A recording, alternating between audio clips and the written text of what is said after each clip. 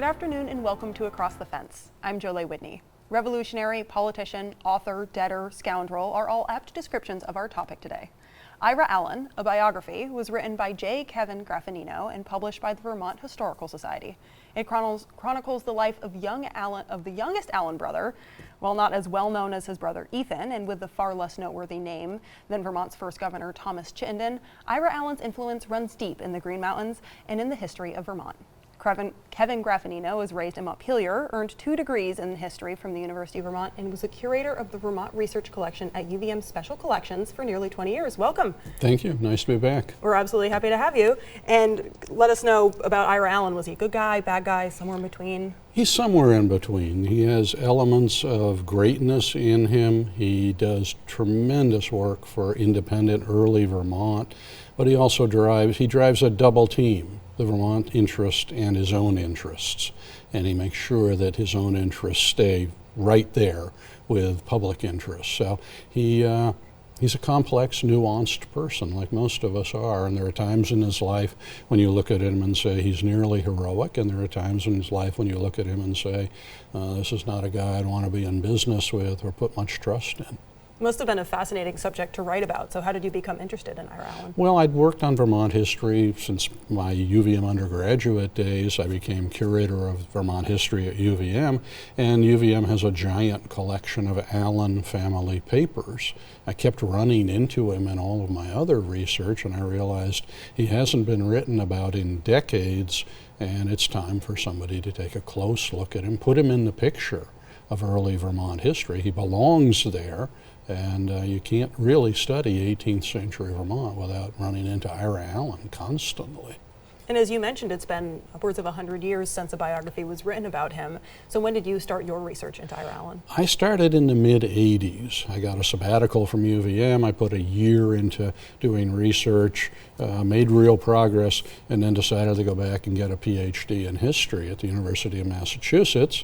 And I went in basically with a dissertation almost written, which is not the norm, and it allowed me to finish it pretty quickly.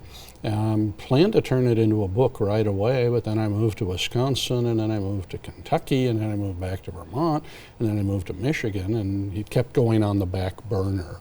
And then I retired, and I didn't want to leave it on that didn't quite get this finished list, which all historians have. We all go to our graves with books unwritten. I wanted to get this one into print. All right, and you've been working on this for, like you said, upwards of 40 years. 40 years I've spent with him. Yeah. So how has your impression of him changed from maybe when you started to even now that it's in print? I think my vision of him has matured and mellowed. I started in my 20s. I'm now in my late 60s. I think I understand him better than I used to.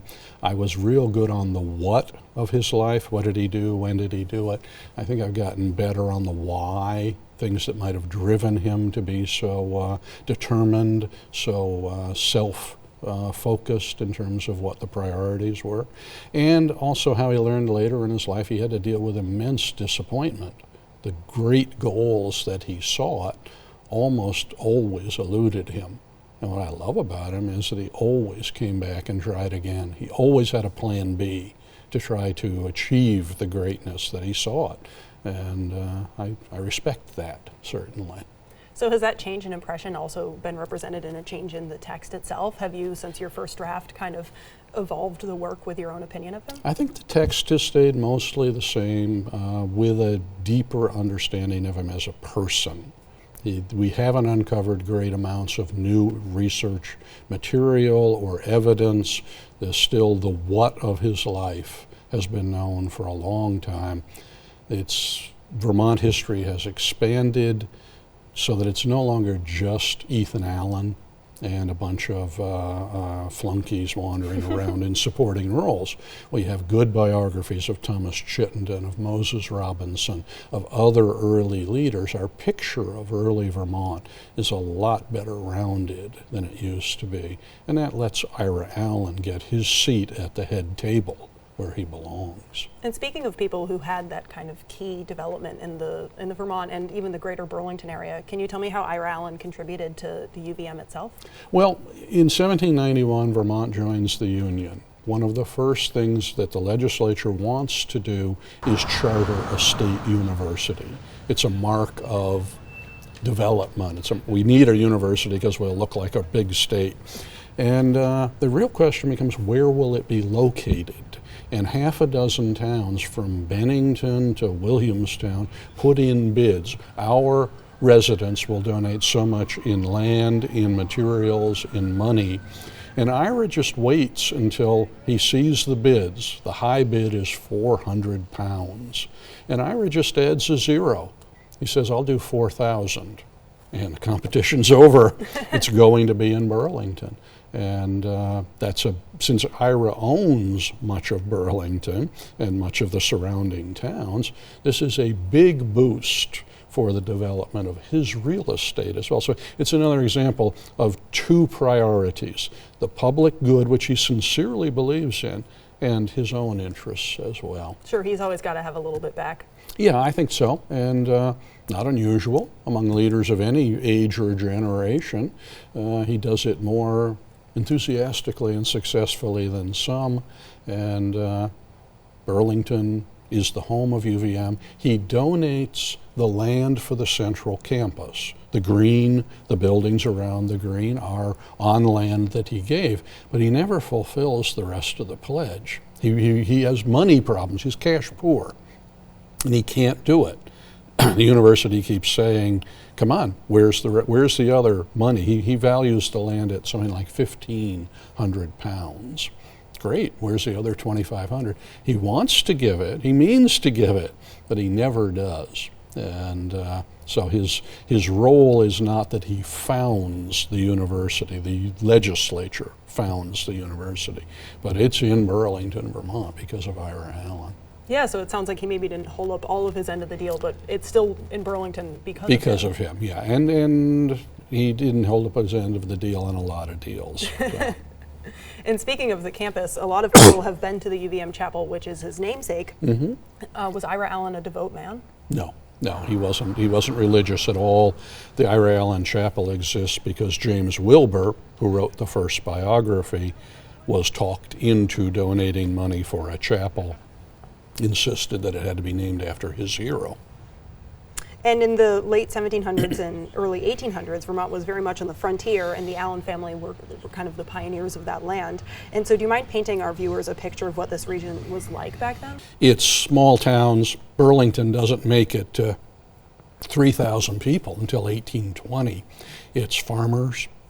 It's very much a frontier, and it's hardscrabble. It's evolving. Vermont villages move northward from Bennington up the Champlain Valley, and Burlington in 1790 is becoming the big community. We know that lake-borne commerce will be important to Vermont's future and to northwestern Vermont's future, but it's in the very early stages. Terrible roads.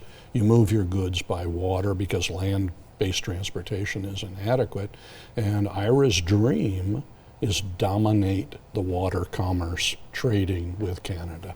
And is that something he achieved? No, he comes close. It's a good dream. Ira is an example of the kind of pioneer who has the great idea but goes bankrupt trying to achieve it. The next generation comes in and makes it happen. It's going to happen. He just doesn't last long enough to make it reality for him. And we've talked about some of the unsavory terms we would use to describe him, even described him maybe as a debtor. He was a debtor, that's without question. Should we also describe him as maybe a visionary or a trailblazer? Yes. Ira is one of those people that I have tremendous respect for because he dreams big. Everybody else in Vermont is looking at their farms, clearing their land, maybe getting a few more acres. Ira dreams of Lake Champlain teeming with commerce, Burlington as a city rather than a little collection of small homes. And every society needs that dreamer. The rest of us are mostly willing to accept congenial mediocrity as our lives. We don't try too much. As Emily Dickinson would say, the heroism we recite would be a common thing, did not ourselves the cubits warp for fear to be a king. Ira does not fear to be a king. He doesn't get there, but boy, are people like him important for getting things moving forward. And for people like me who are maybe just starting to learn or study history a little bit more, what's your advice for collecting or appreciating books like this? Well, I'm a mad dog book collector. I have been since I was a child. And I really want to see young people coming into this field because we need new blood among collectors. Anybody who's interested in collecting Vermont history, go to the Vermont Historical Society, go to special collections at UVM, go to the Bennington Museum, go to the bookstores around the state. There are huge numbers of cool things that have been published, put out, and are collectible about early or later Vermont. Start buying some of them. Go out and read some of them. Our state has a wonderfully distinctive history, and people who live here ought to know more about it. And the opportunities are there. Vermont has a higher percentage of local historical societies than any state in the Union. We have 251 towns. We have over 200 local historical societies. It's a remarkable opportunity. And you should I believe you should like history. It should be interesting. Sure, and also a glimpse, like you said, at maybe even a very local look at your own town's history. Well, why is Vermont like Vermont? Those of us who chose to live here did it for very specific reasons. It's not overdeveloped, it's green grass, blue sky, happy cows. There's a history to all of that. And the more you know about the history, the more you know about why is Vermont the way it is today. And also you know questions you need to ask about how do we take Vermont forward. Every problem the legislature has to discuss has a historical background. Learn the history, and you'll craft better solutions for building a better tomorrow. All right, very inspirational. Thank you so much for joining us today. Thank you so much. And Ira Allen, a biography by Kevin Graffagnino and published by the Vermont Historical Society, will be available in mid-September from the Vermont Historical Society or wherever you like to get your books. Here on Fence, of course, we always encourage you to visit your local library. And that takes care of our program for today. My thanks to fellow speculators and scoundrels behind the scenes here at WCAX. I'm Julie Whitney. Have a good one.